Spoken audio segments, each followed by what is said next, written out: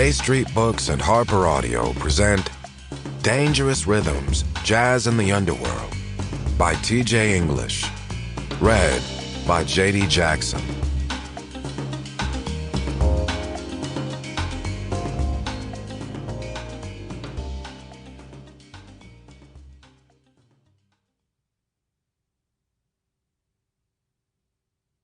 A note before we begin. For notes on the text and a list of additional reading materials, don't forget to download the accompanying enhancement PDF from your audiobook provider or go directly to harpercollins.com/pages/dangerous-rhythms.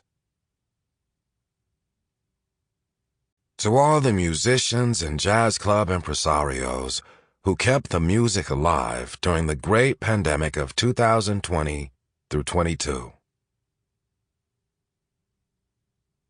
In the primitive world, where people live closer to the earth and much nearer to the stars, every inner and outer act combines to form the single harmony, life. Not just the tribal lore then, but every movement of life becomes a part of their education. They do not, as many civilized people do, neglect the truth of the physical for the sake of the mind. The earth is right under their feet. The stars are never far away. The strength of the surest dream is the strength of the primitive world. Langston Hughes, The Big C. It's got guts and it don't make you slobber. A Chicago gangster explaining his love for jazz. Intro. There is a reason that Strange Fruit still stands as the seminal jazz song. Written by Abel Meeropol in 1937 and sung so memorably by Billie Holiday 2 years later, it beckons from the great beyond, elliptical and haunting. The song is both a ballad and a primal scream, an aching tone poem that carries with it the deep, heart-wrenching emotionalism of the blues, as well as the lucid, steely observationalism of someone who has been a witness to history.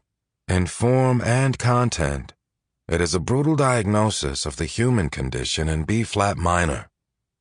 That this song speaks for jazz at the core of its being is no accident.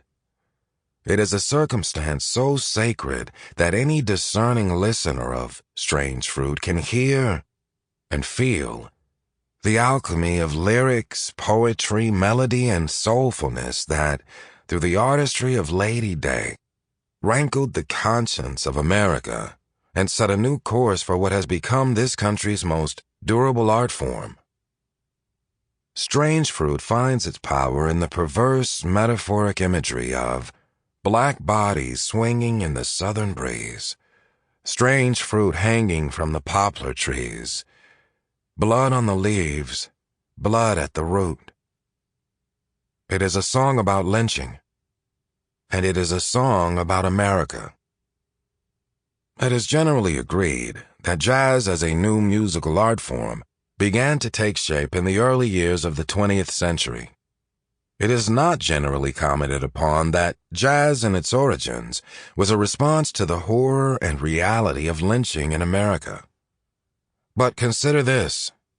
From 1882 to 1912, in the 30 years leading up to the onset of jazz, there were 2,329 instances of lynching of black people in the United States, according to statistics of the Tuskegee Institute.